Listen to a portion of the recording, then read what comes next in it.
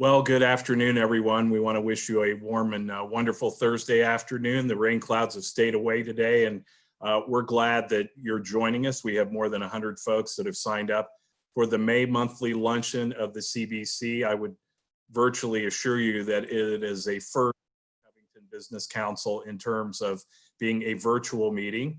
My name is Pat Frew. If we've not met before, I'm the Executive Director of the CBC. Thank you for taking time to be part of our program today. As we mentioned in our invite, we hope you are patronizing local Covington restaurants, ordering takeout that you can enjoy during today's program. Also, I want to thank our sponsors today, our 2020 luncheon title sponsor, St. Elizabeth Healthcare. I know we have several St. Elizabeth folks tuning in today. St. Elizabeth wants to make Northern Kentucky one of the healthiest regions in the country. And time is winding down on the completion of the new cancer center opening later this year. We're all very excited about that. And this month's monthly luncheon sponsor is Strauss Troy. Strauss Troy is a full-service law firm serving Northern Kentucky and Ohio for more than 65 years and is proud to support local businesses as they successfully and safely reopen. We'll be hearing from one of their attorneys a little bit later in our program. I'd also like to thank the CBC board, capably led by Eric Summey of Meet NKY as chair and Tony Milburn as our foundation chair. Several of our board members are among our registrants today. We have a few guests before we get to our featured speaker today, but before that I have a few announcements to make. Our CBC member referral program is continuing. You can get a $100 credit to use for event admission or membership dues, however you choose, or whatever you choose, when you refer a for-profit company and they join. We are also excited to launch a new member supporting members incentive program. When you use another CBC member for a service, you are eligible to win a $50 gift certificate. So for example, lunch at Molly Malone's or dinner at Lissa, or purchasing a gift card to Hotel Covington for a weekend getaway, signing up for a new insurance policy from Energy Insurance or Thompson Burger, or sanitizing your office or home, and cleaning. These are just a few of the examples of how you can utilize this program. And just email Christine Barth for more information or check out more details in our newsletter, which goes out weekly, of course.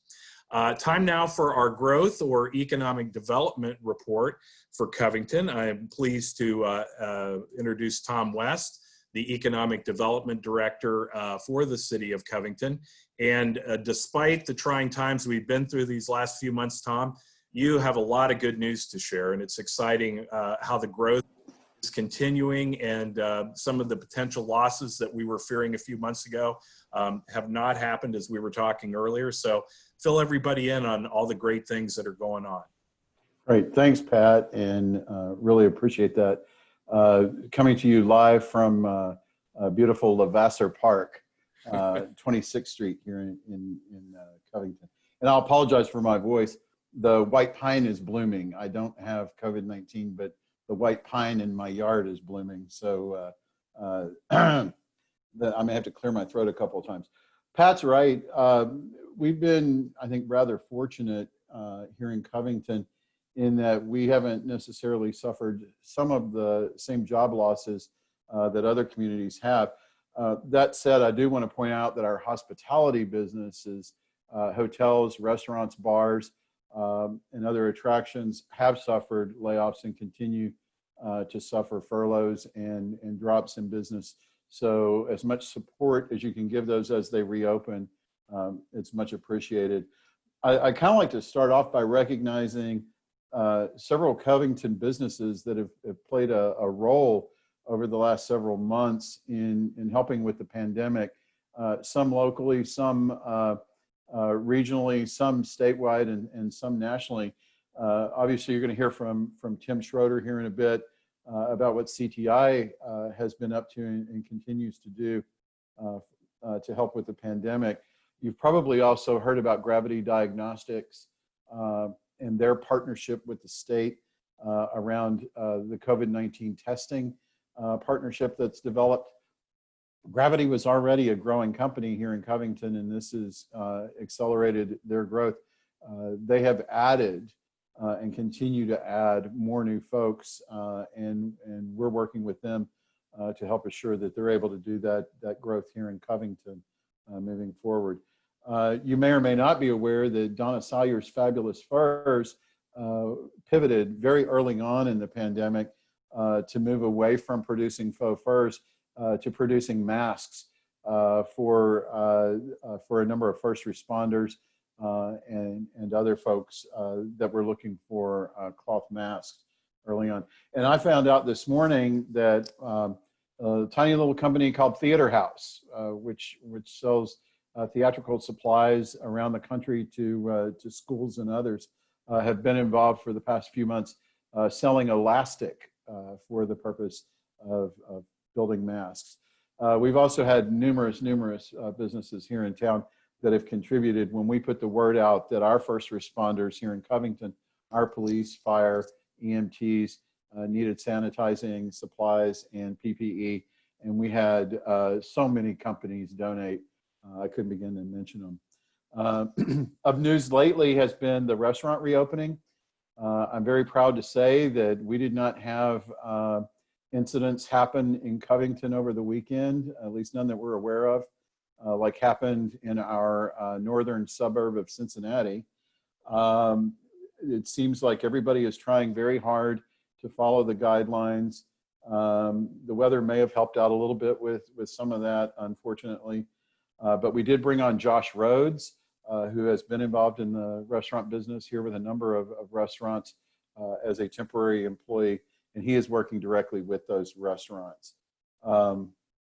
The other things I want to mention is since March the 1st, we have actually announced new jobs in Covington. 800 new jobs will be coming to Covington. 400 of those either have been hired since March 1st or are currently being hired, particularly with Fidelity, Regadget, Blair Technologies, and a number of other companies that have announced their hiring.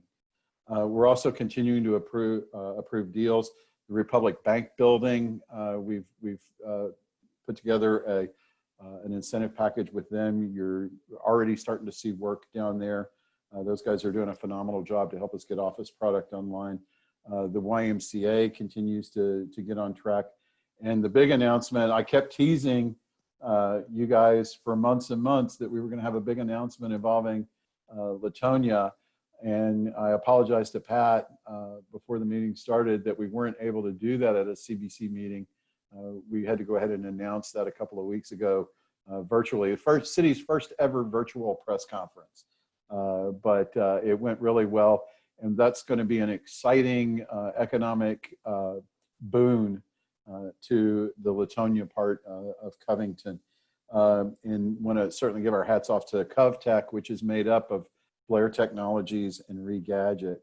I'll start another tease, Pat, and hopefully by the time we're ready to announce this, when we're all back meeting in a live and in-person environment, but hopefully within a few months, the city will be making a major announcement about entrepreneurship and innovation and involving Innovation Alley. So that's something exciting to look forward to.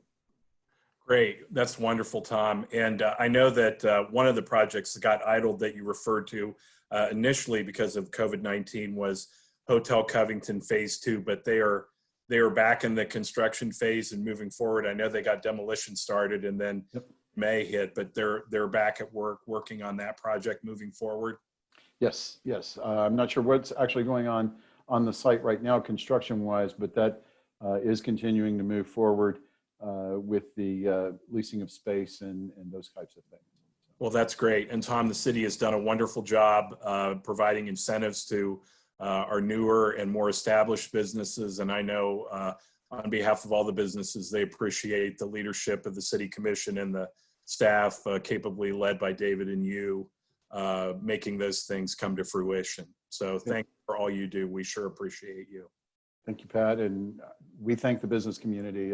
Without you guys, we couldn't do our jobs. So great. Yeah. And that restaurant program with Josh is a great initiative. We listed the restaurants that are open for dining now, and continue to look as we promote those businesses and get out there and enjoy dining safely. So thanks again, Tom. Thank you all. Okay, great. And we will continue on with our program. I want to introduce Katrina Bowman-Thomas of the Northern Kentucky Community Action Commission. The executive director will talk about what the CAC is doing as part of this month's nonprofit spotlight. So Katrina, without further ado, take it away. Welcome. Hi there. Thank you, Pat. Thanks for having us so much. Again, my name is Katrina Bowman-Thomas, Executive Director for Northern Kentucky Community Action Commission. And we're so excited to be with you, especially on this month. May is Community Action Month, and there are 1,100 community action agencies across the country. There are 23 in Kentucky. And we all have the mission of really working with individuals and families to see them to thrive and really making sure that our communities are a safe place to live. And so some of our key programming that we provide at Community Action, we start really with early Head Start and Head Start, making sure that our children go into kindergarten on grade level. We have youth programming. We have our Lincoln Grant Scholar House, which is one of our signature programs, where we work with individuals that have young children that are in post-secondary education. We also have senior services and financial empowerment. And so we bundle all those programs together really to help individuals and their families to reach financial stability. And we just wrap the services around them, again, with the outcome for the families and for our entire communities to thrive. So Christine, if you'll go to that first slide, please. And of course, over these last couple months, you know, our services have really, we've had to go back to our core services because so many of our families that we serve were already on the fringes of poverty. And we were trying to help them to move out of poverty. And when COVID-19 hit, when this pandemic hit, it really hit them the hardest. And we really had to get back to really just providing people with meals, with utility assistance, with rental assistance, with mortgage assistance. For our young children, we did not want them to lose the educational attainment. And so we've been handing out education packets to our families. So you can see here over these last 2 months, we've provided over 3,600 meals to our families. We've provided 4,600 families with energy assistance, over 1,600 families with rental assistance, and over 2,300 families with educational packets. And here in Covington at our East Side Head Start location, we've had a drive-through food pickup so families can come through and get a box of food that would last for a week, meat, vegetables, milk, all of those basic things that you need to have meals for your family. So we've been excited that we were able to remain open during this time and really to provide these services to our families and to our community. We've seen so many people reach out to us that have never needed these services before, and we would not be able to do this without the support that we've had from businesses and from Greater Cincinnati Foundation, from PNC Bank, from so many other of our partners that have said, let us help you to provide these essential services during this time. So those are just a few, again, of the services that we've provided. We appreciate all of your support. Even we've gotten calls from people that said, from different businesses, can we volunteer? We just want to be a part. So we want to say thank you to the business community. And Christine, if you'll go to that next slide. We are still, at this point today, planning to have our gala. So we're looking forward to July 24th. We're saying tentatively, we're waiting for information to come from the governor to see if we're going to be able to actually what size crowd we can have, but we really want to try to have our gala July 24th. This is what's going to be our first inaugural gala, so we're really, really excited about it. But if the guidance does not allow, then we will be postponing that to next summer. But again, we're just glad to be here, to be a part, and we just appreciate, again, all the support from the business community. We're looking forward to all of the businesses reopening We're really proud to be working with the Commonwealth of Kentucky with Team Kentucky funds.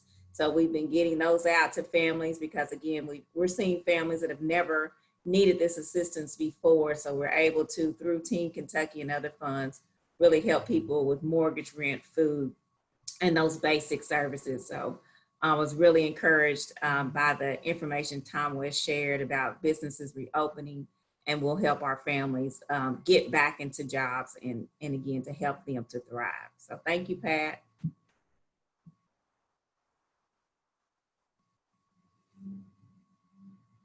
Oh, I can't hear you.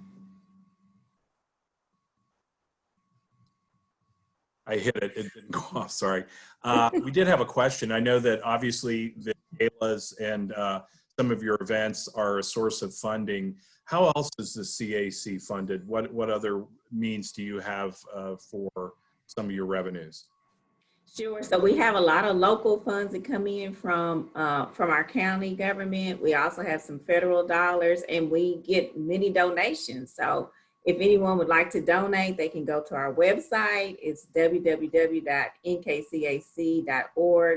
Again, this is Community Action Month. Go to our Facebook page and you can see all of the exciting things that we've got going on. We've had to do everything virtually, of course, but just to learn more about who we are, to get engaged. If you do want to volunteer or just be a part of it, go again to our website. We're always looking for new partners. We love working with the business community, especially as we're reopening. We do have people that we've heard from that are looking for employment. So if businesses would like to connect with us to say, hey, we do have these open positions, then we could potentially be a partner with them to get those positions filled. Yes, and thank you, Katrina. The CAC has always been a great organization serving as a convener in our community, never more so since you took over in the last year or two. So we appreciate all the work that you and your staff do and the way that you're highly engaged in the community. Thank you for being our nonprofit spotlight today. Thank you for having us back. Okay, great, wonderful. And next, as we move on in our program today, I want to let you know that in a moment when Tim starts his presentation, we will be taking questions in the chat box at the bottom of your screen. So if Tim doesn't cover something that you were wondering about, you can go ahead and pose those, and I'll read them off to Tim, and we'll answer those after his presentation today. I wanted to next introduce Michelle Reed. Michelle is an attorney with Strauss Troy. I've known Michelle in her practice now for probably more than 5 years, and she's a quality individual, a lot of integrity and intellect in her work. And what she does specifically for Strauss Troy, she specializes in commercial real estate, things like acquisition, sales, condominiums, title insurance, zoning, and leasing. She and her husband and 2 young children live in Crestview Hills. And we want to welcome Michelle. She will be introducing our speaker today. Michelle. Thank you, Pat. Good afternoon, everyone. Just a quick note about my firm, Strauss Troy. We've served as counsel for many projects in the Covington, Northern Kentucky area across a wide spectrum of industries. But being a member in this community involves much more than just legal services. Strauss Troy supports many initiatives throughout the community that we've been a part of now for more than 30 years, and we will continue to do so even during these trying times. And now I have the pleasure of introducing the man of the hour, Timothy Schroeder, who is the CEO and founder of CTI. He has over 35 years of clinical, academic, and industry experience in global drug and device development programs. CTI, which was founded in 1999, is a multinational research firm with associates in North America, Europe, Latin America, and Asia Pacific. The firm, which is one of the 20 largest CROs in the world and has supported more than 100 drug and device approvals, currently works on behalf of approximately 135 global pharmaceutical and biotechnology companies. Prior to founding CTI, Tim held numerous faculty positions with the University of Cincinnati College of Medicine. He was also the founding executive vice president of clinical development at SangSat Medical Corporation, which went public in 1995. Tim is currently a board member for over a dozen corporate and nonprofit organizations, including Xavier University, which he attended. And this is quite a long list of accolades. Tim was named as EY Entrepreneur of the Year in 2015, as top leader by the Inquirer Media in 2016 and as Dealmaker of the Year in 2017 by the Association for Corporate Growth. So we welcome him to this luncheon and we look forward to the information that he has to share. Thank you very much, Michelle. I appreciate the kind introduction, but more importantly, I appreciate that Strauss-Troy is sponsoring today's luncheon, and like everybody else, wish we could be together. Obviously, your organization are neighbors of ours, and we look forward to seeing each other in person as opposed to having to do this on a Zoom call. I also wanted to thank Pat for the invitation today. Pat, I'm sure he has a terrific memory, so he'll remember this.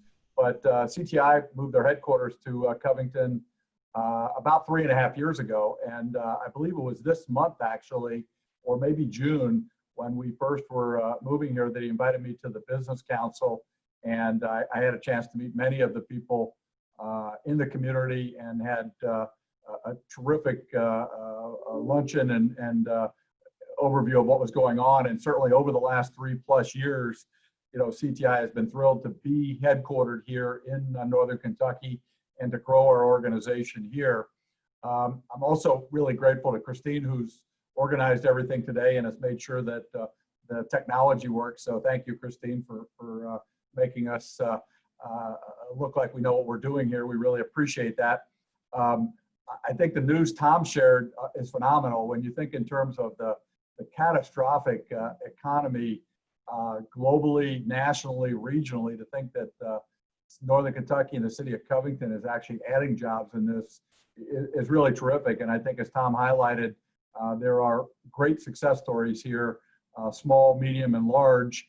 And certainly some of the businesses that he mentioned in the hotel and the restaurant industry need our support more than ever. So it'll be great as we move more back towards normal to be able to support those businesses. And then finally, a real shout out and thank you to Katrina for the terrific work that her organization is doing, supporting some of the less fortunate in the community. And I never cease to be amazed at the level of generosity that the people here locally are able to step forward at all times, but especially in the greatest times of needs. And I think this is certainly an example of that. So I'm really happy to be part of this panel today.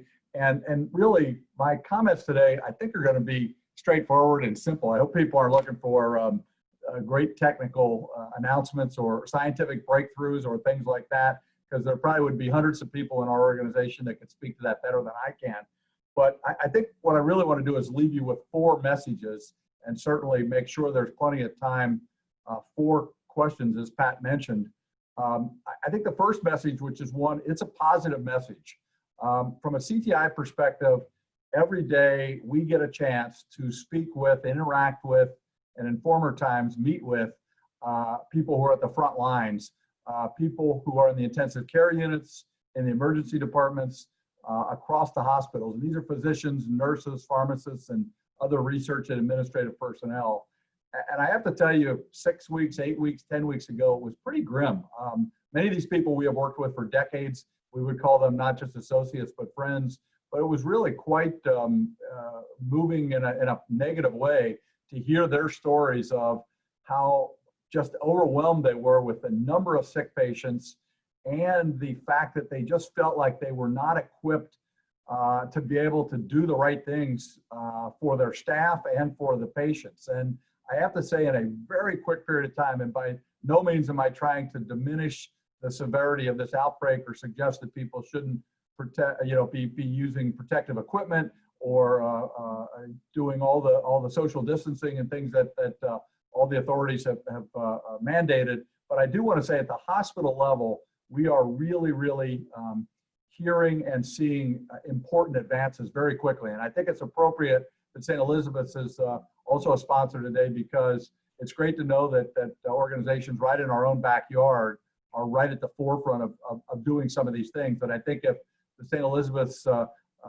research teams, management teams, administration, et cetera, were speaking rather than me, I think they would be saying the same thing, that while they still are seeing sick patients and they still have their hands full, that they feel like they are better equipped today than they were a month ago or 2 months ago to do this. And I think when you look at the global statistics, the national statistics, and the regional statistics, they all bear this out. And personally, the statistics I'm most interested in are fatalities. How many people are dying each day? How many people are in the intensive care unit each day? And how many are being admitted to the hospital? And I think our region has done a terrific job in getting past the peak of that and showing continued improvement each day. So I think as a society, as a region, as an individual, everybody should feel really good. Your sacrifices have borne fruit, and you should feel really positive about that. And obviously we've got a ways to go still, but I think the news is coming out as positive. It's not that way everywhere around the world. You know, I was on calls earlier this morning with our head in Brazil, and obviously Latin America is an area that's particularly hard hit right now. We're trying to move a number of our research studies there to try to accommodate the big demand and really critically ill patients. But I think locally and regionally, we should feel terrific about the progress that's being made in treating the pandemic. So that's message number one.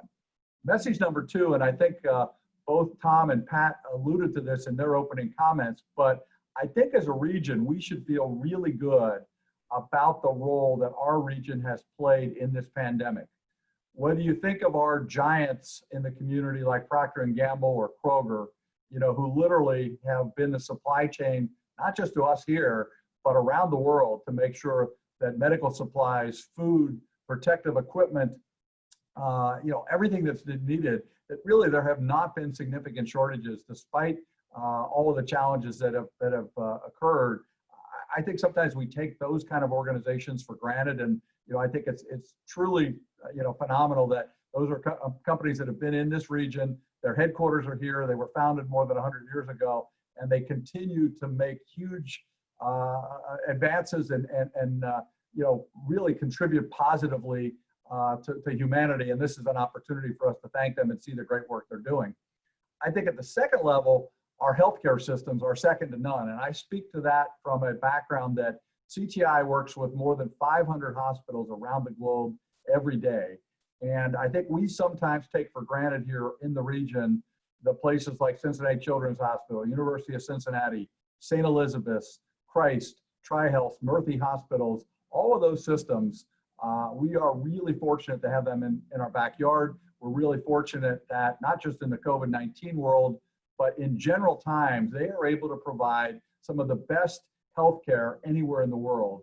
And they're right here. And I have to say that from a research standpoint in the COVID-19 world, we've been able to collaborate with a number of those institutions. And we're always thrilled when we can offer investigational studies right here in the region, because we feel like, that's beneficial on many fronts. And these hospitals, as I'm sure you've read in the news or you've seen on social media or on TV or heard on the radio, they've really made real terrific advances, and we've benefited from that.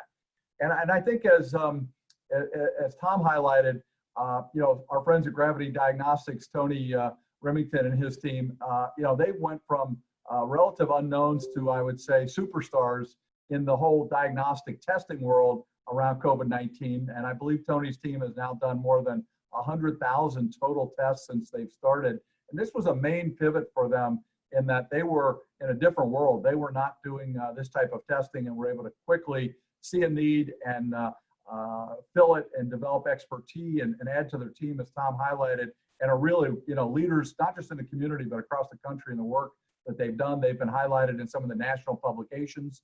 Some of the other firms here locally that, on the lab side, we're really fortunate to have PPD labs in Highland Heights. We're very fortunate to have the MedPace labs in Madisonville. Both of them have been doing a lot of COVID-19 research testing. Further, one of the companies in Newtown, Meridian Biosciences, actually makes a lot of the reagents that go into the COVID-19 testing. And they've been supplying for months different laboratories, not just locally here, but across the world. So in some ways, I think that we take for granted those companies in our backyard, or we just don't know what they're doing and what they're capable of and how they're leaders. So I think, as Tom pointed out, this is a really great time to shine the light specifically on our community and what we're doing. The third message I wanted to just highlight a little bit was the CTI team. And personally, I am extremely grateful. We started in early January, where our offices in Asia started to close. in Europe at the end of February, and of course in North America and Latin America, offices closed in March. So our entire workforce has been a work from home workforce over the last 3 months or so, or longer in some locations. We are starting to reopen offices in Asia, I believe, just in the last week or so. Japan, Korea, Taiwan offices have opened. I believe that the Australian offices is open next week. So we're starting to see progress around the globe, not just here locally, of things getting closer to normal. But I do really want to highlight the efforts. You know, we have had team members literally working around the clock to try to do two things. One is we, in a usual environment, will have between 100 and 150 active research studies. This might be a cancer study, might be a transplant study, but some of those studies have been ongoing for years and years. And when a pandemic like this occurs, there's no book that you can go to say, how do I keep the cancer patient who's been in my brain cancer study for 3 years? How do I make sure he or she continues to get their investigational medications? How do I make sure that they can get the CT scan that they need to document that the disease is under control?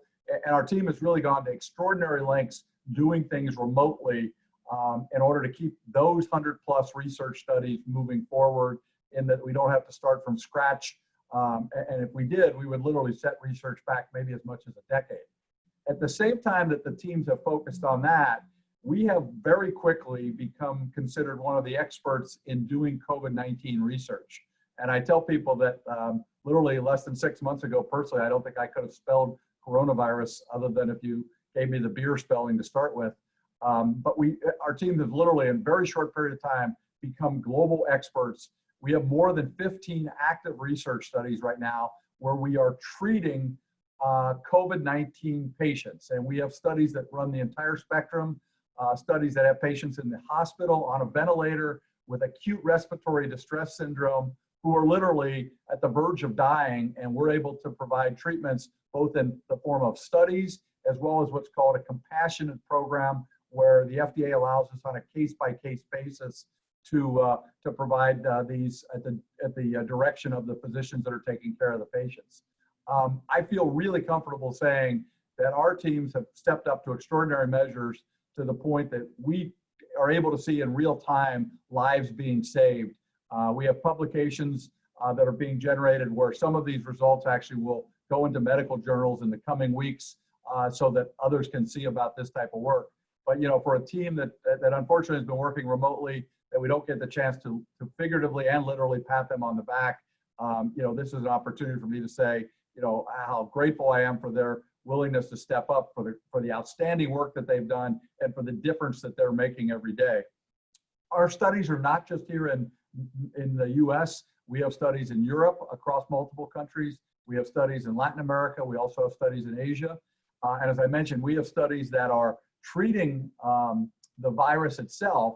And then we have other research programs where we're trying to prevent the symptoms from getting worse. So we're trying to keep people from dying that are on ventilators, but equally importantly, we're trying to prevent people from having to require a ventilator to try and prevent the lung injury from not occurring.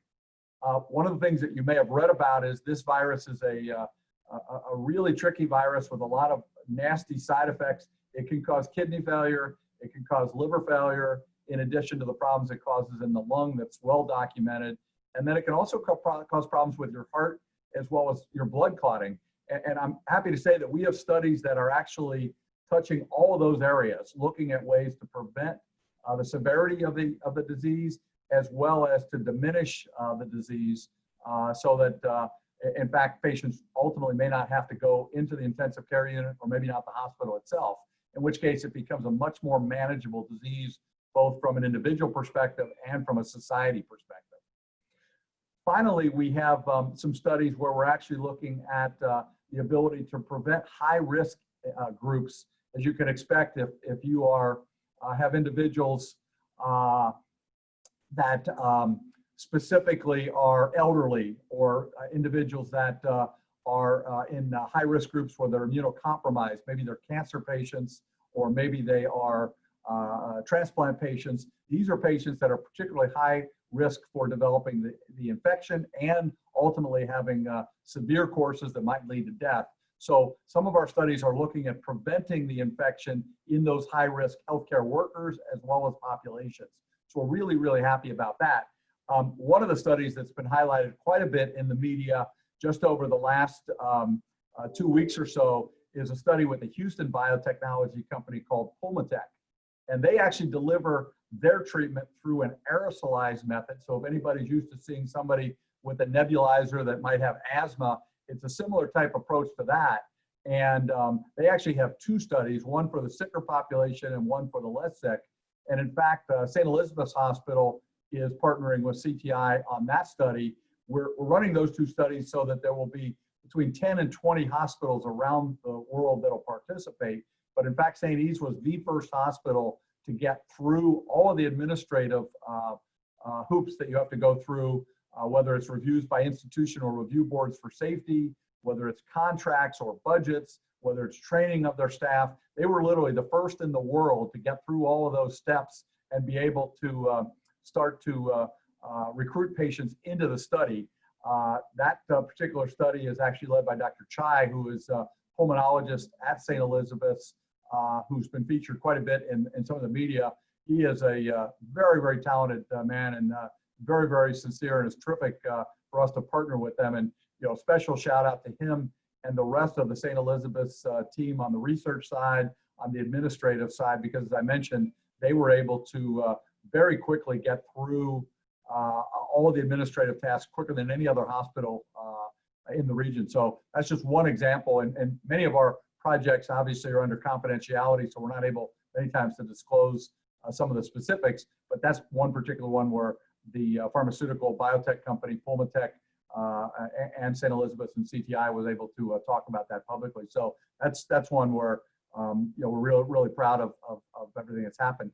And then my last point that I just want to turn to in the last couple minutes, and then we'll open it up to lots of questions, but focus on the vaccine world, is obviously we want to be able to arm the physicians and the nurses and the pharmacists for treatments for people who develop COVID-19. But the holy grail is to develop a vaccine. And I think many of you, are very tuned into this. You're following it in the media.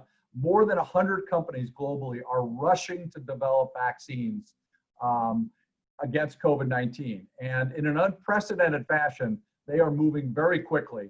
We are able to work with our partners at regulatory authorities like the FDA, compress some of the time steps, do some things that usually are done sequentially in parallel, and move some of these vaccines much quicker than typical. It's a very daunting task. When we think about just the US alone, 330 million people that would potentially need to be vaccinated if you were trying to vaccinate everyone. If you were just trying to look at vaccinating high risk, it still would be far in excess of 50 million people.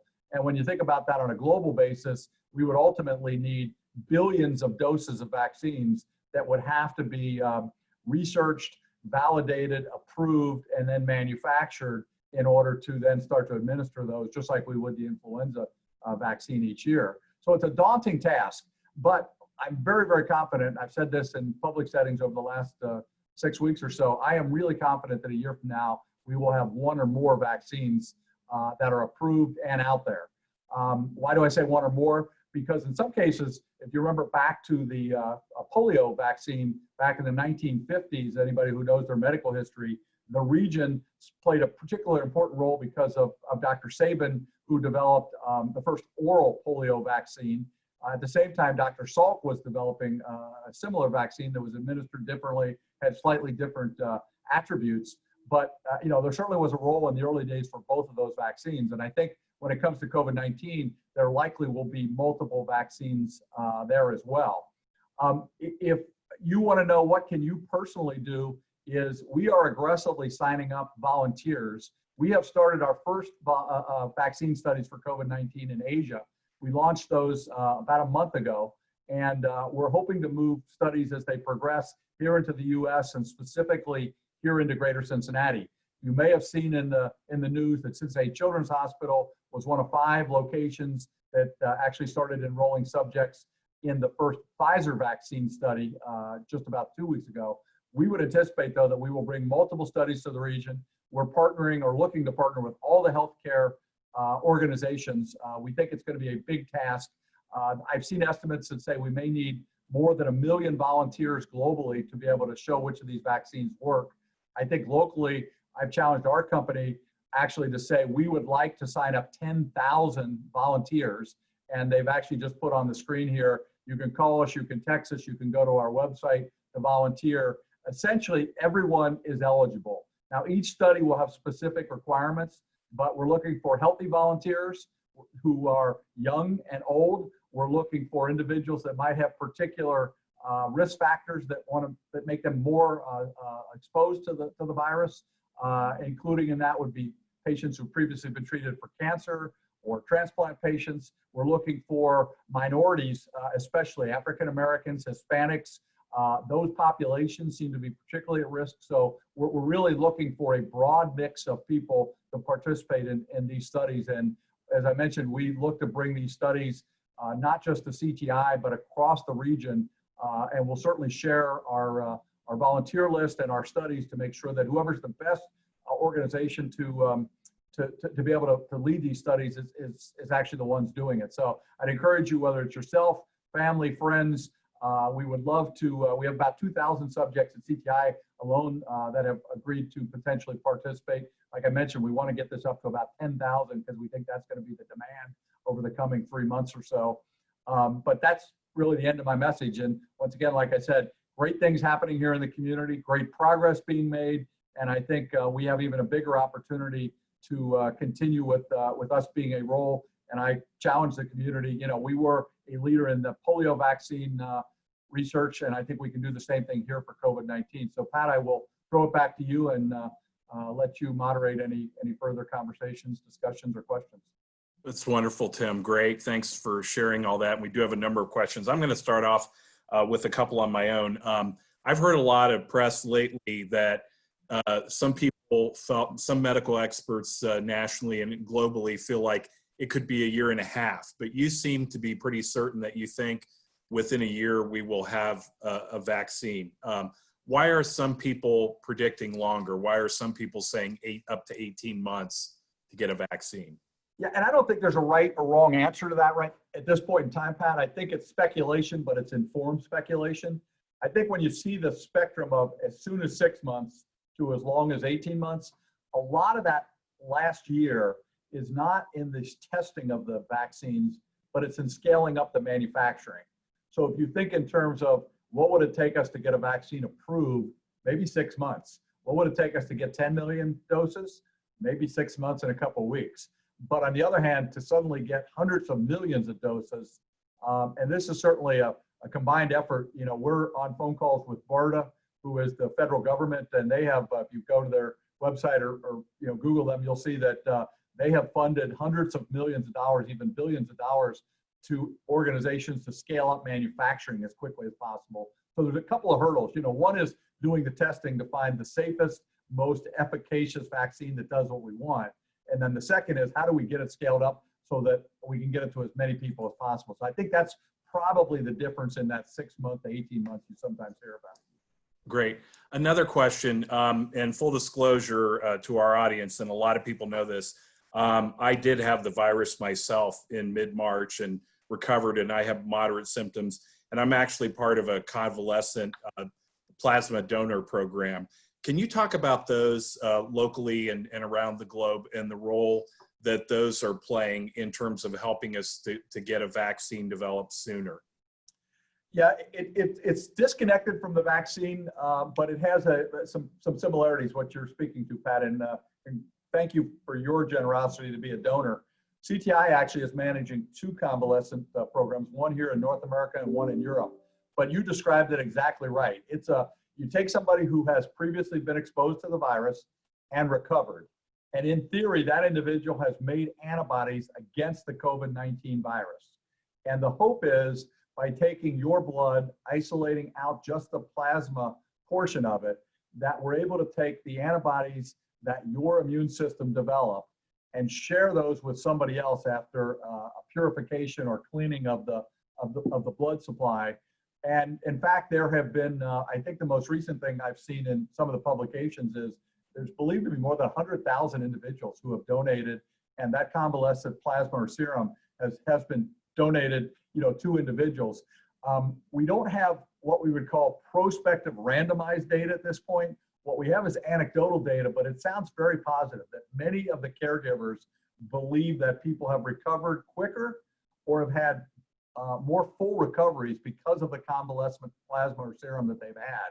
So in some ways, if you think in terms of, and this may resonate with some of your audience, but not others, but if you think of the places on the street corner where you can donate your plasma, and this is not in the COVID times, but just in general times, you can donate your plasma, and when you donate it, they actually purify certain parts of your immune system, the immune globulins, and they're able to give those to patients who have deficiencies in their immune system.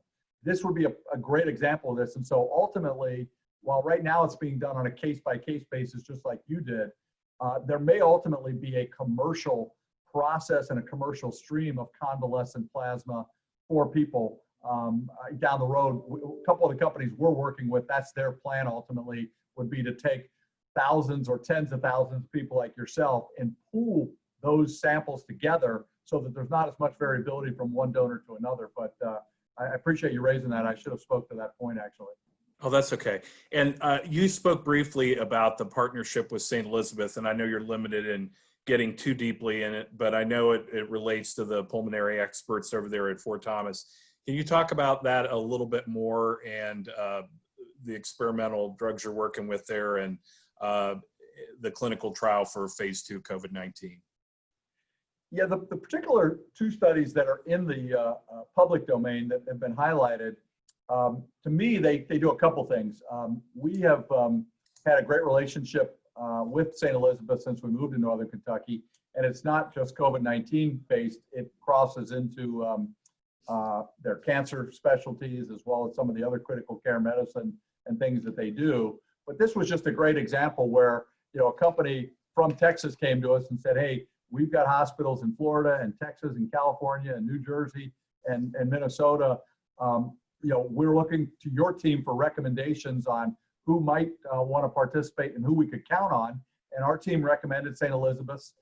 They were able to, like I said, work with them quickly through the process. And I think we actually now are using St. Elizabeth's to help train some of the other hospitals as they are, you know, moving through the steps of the study. Ultimately, you know, I think it kind of speaks sometimes to the issues I always talk about here locally is we're very humble. The Midwestern roots don't tout our own accomplishments, but I think many of us who have been here have seen the great things that St. Elizabeth's and some of the other healthcare organizations are doing here, and not just around COVID-19, but in the general world. So shout out to them specifically, and you know, they will obviously be a big contributor to this particular study. And we would hope that this study will enroll quickly, will have positive results, and then move to a pivotal study, you know, possibly as soon as the fall, to be able to try and get this particular drug approved here in the United States and around the world. Okay. Tim, a couple of questions from our audience talking about your associates and what they're experiencing as a result of the virus in terms of safeguarding them, you know, keeping them at home versus work. And, you know, I know a large number of your 250 to 300 employees there at River Center are not back yet. Can you speak to that, the safeguards, and when you anticipate the majority of those folks coming back into the office? Yeah, I think like many organizations, Pat, and I think your group is highlighting this in some of your upcoming discussions, but we put together a COVID task force led by our head of human resources, Pat Deering, and our Chief International Business Officer, Pat Early. And we had senior representation, including Bill Ehrenstein. Dr. Ehrenstein is the Vice President of Medical Affairs, our Chief Operating Officer, Kevin Schwartz, as well as folks from the IT side, the marketing side, the facility side. And what we tried to do was, on the closing of the offices, we tried to be thoughtful, you know, as to how do we de-risk it for our employees, their families, their friends as quick as possible. And then on the backside, as we return to normal, the question is how to best protect people. And I have to say it's very, very complicated. And I give a huge, you know, shout out to that team and all the things that they've done. It's a very delicate balance. You know, we have a group, as you mentioned, of about 200 associates that every day travel to the hospitals to oversee the research. None of those people have been able to do that over the last 3 to 4 months. And so trying to get in and be able to oversee the research, not just for COVID programs, but for others, and balance the safety of our team members, as well as balancing the safety of the healthcare workers and the research studies. It's a very, very tight rope, with no net, so to speak, that you walk. And I think just as you highlighted, Pat, your illness, we have had several in the CTI family who have become ill. We've unfortunately lost a couple of our employees' family members, and so it really hits home that this is not something you just read about or hear about. We've seen up close and personal. In fact, I literally got an email this morning of one of our European associates who, took ill just recently and has what looks like significant symptoms. And so it's a very serious virus. It's not one to be construed lightly. And, I think having best practices, we've been fortunate that many companies have shared best practices with us. And certainly we would be, willing and able and do it, to share with anybody who's part of your, listeners, if they have questions of what we're doing. And by no means do we have all the answers, but I would just say we, are trying to put the best policy together, and it's changing day by day and week by week. Well, and I know it's got to be difficult for you and the others that are trying to find the cure for this. When you can't gather together, there is something lost in operating the way we're operating today versus being in the same room and interacting. So I know that you probably want to get to a point where you can get those people together in the same room, even if they're socially distanced, so that you can continue to hopefully make rapid progress towards finding a vaccine. Okay, great. Going to check out some more questions here. If the timetable for testing a vaccine is dramatically shortened, is there a risk that the person infected won't know if the vaccine will have an impact that would surface, for example, a year or more into the future? Yeah, I think that's a terrific question. And there's really two parts to the answer. I appreciate the thoughtfulness behind it. First of all, just to be really clear, whether it's treatments for COVID-19 or vaccines against it, the FDA and the other organizations like the FDA around the world are not taking any shortcuts. They are very much using all of the normal precautions and steps. What they're doing is compressing the time between the steps, sometimes doing them at the same time. And to be honest, they've been Herculean in their efforts. We have been on calls literally this weekend, Memorial Day weekend. FDA team members were phone calls with us, email exchanges, for I'd say for the last several months. It has not been unusual at all to get 10 p.m. calls, to have Saturday afternoon, Sunday morning email exchanges, telephone calls. They are, their families have made great sacrifices. They have done terrific work, but at the same time, they have made it really clear that their goal is to have treatments that are well understood, and no treatment or no vaccine has 100% safety associated with it. There are always some potential risk, but to your the point of your viewer, we want to understand what those risks are, and we need to make sure that we enroll enough subjects, that we carefully analyze the data, and we have evidence-based results that we're making recommendations on. So to be clear, we're not going to take any shortcuts here. And if that means that some things are delayed a month or two, I think everybody's acceptable. And I think we've seen in the public domain some of the drugs that have been touted, where initially it looks like or sounds like it might work, and then as the data starts to come in, we find in fact that's not the case. So we want to be really, do an evidence-based a set of assertions and really put the thing under the microscope before we would approve anything. Great. Another audience question. Tell us more about any previous mRNA vaccine results that have been tested, and what were the outcomes for those? Well, there's several different paths to developing a vaccine. And the good news is between the 100+ companies, they are looking at, I think, every possible path with a lot of duplication. And I think the question, alludes to that. We saw some results that were in the public domain on Monday or Tuesday of last week from a company, Moderna, which uses an RNA technology, which looked quite promising. Small number of subjects, less than 100 healthy volunteers, but it did look like that when you looked at the immune response of those individuals, they were responding and developing antibodies against the vaccine. We similarly saw some data just this week from a Chinese company, different methodology for making the vaccine, similar size. I think this one had 90-some subjects. These are studies that were literally started in March and early April that we're seeing those results on. I would expect almost weekly going forward, we'll see these early, what we call phase 1 results become available. But just to be clear, the phase 1 or phase 2 studies that we're running and that other people are doing are generally a few hundred subjects or less. The phase 3, which are the pivotal studies that the regulatory authorities approve drugs, will likely have anywhere from 5,000 subjects, maybe to as many as 25 or 1,000 or more. So those are the ones where we get huge amounts of information and we can really tease it apart and look at different age groups, look at different races, look at different risk factors, and be able to make sure that these vaccines work in a similar fashion. Because just to give an example to some of the audience that probably know this, but in the case of influenza, we don't give the same dose of the influenza virus vaccine to all people. Elderly subjects who don't usually make antibodies at the same rate that younger people do, yet they're high risk for the infection, many times get a higher dose of a vaccine or repeated dose in order to try and stimulate their immune system. So we need to understand all those things as the COVID vaccine story plays out over the coming months. You're muted, Pat.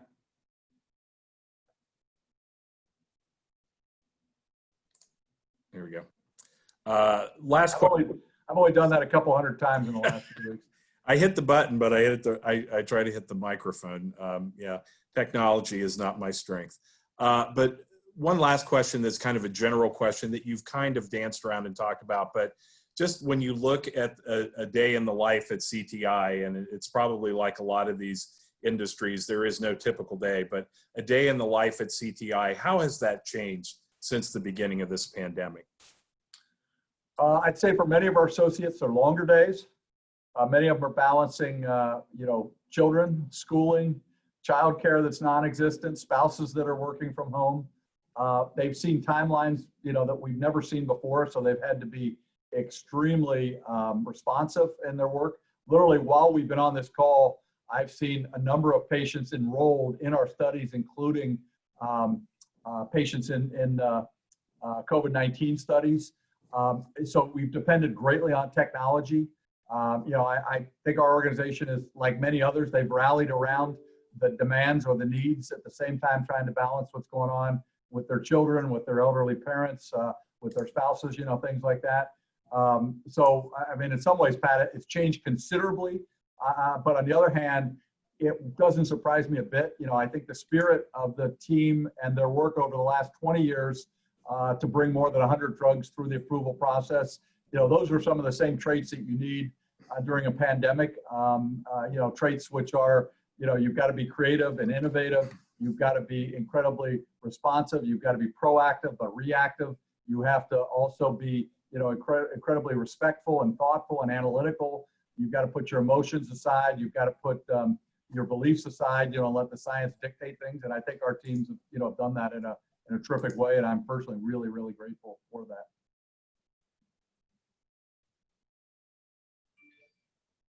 Still muted, Pat. I hit the button, sorry. One of the most overused phrases in kind of concluding here is the new normal. But as we look at reality moving forward, Tim, for instance, when are we going to be able to travel again? When are we going to be able to be even remotely close to people again? Is the handshake gone after this? Can you, in wrapping up, talk about how you see reality moving forward as we begin to go back to being together eventually, whenever that is? Yeah, I mean, your question is the same one we ask every day, and my comments would only be my speculation. I do believe, as I started the conversation off, we've seen significant progress over the last several weeks and couple months. If we continue to see that progress, in some ways, the biggest fear, as I think Franklin Delano Roosevelt, said 80 or 90 years ago, is the fear of the unknown. I think we know more and more each passing day, and that informs us as to our healthcare policy decisions. It informs us to our business practices. It informs us to our, just socially what we do or don't do. I don't question any of the decisions that have been made in the past or are being made now. I think they've all been well intended by all the individuals and groups and parties and things like that. My guess is, though, Pat, if we start to take away the fear of death, and if we start to isolate, no pun intended, who are at the most high risk, which clearly is the elderly, which is the people with other illnesses like diabetes and lung disease and cancer and obesity and things like that. Then the question is, how do you develop practices that are acceptable for people who aren't in the high risk situations and the ones who are?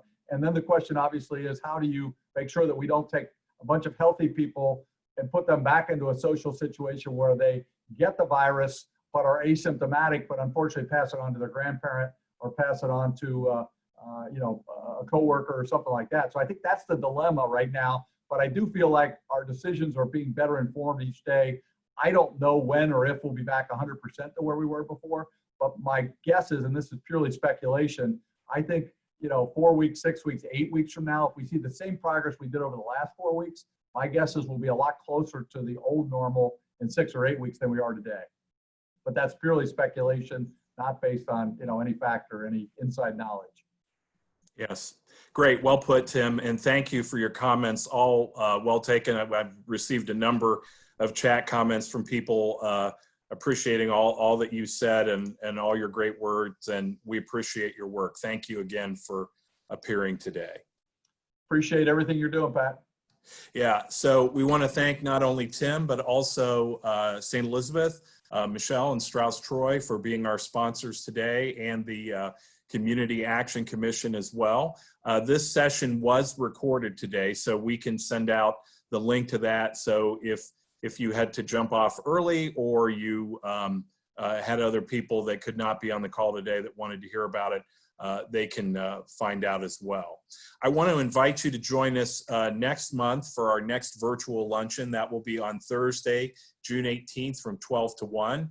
We'll be hosting Dr. Connie White, the second ranking physician in the state, in manner of speaking. Dr. White is the Deputy Commissioner for Clinical Affairs with the Kentucky Department of Public Health, and she'll speak on the role of public health in a pandemic. As Tim talked about, the next 4 to 6 to 8 weeks, we'll be in that time zone when she speaks. Actually, it'll be closer to 3 or 4 weeks, but hopefully she'll be able to provide us even more in terms of what the state's plans are to open up the Commonwealth even more. And we hope that you'll join us for that. We want to thank you again for sitting in, and that concludes today's meeting. Hope you have a great rest of the day. Bye now.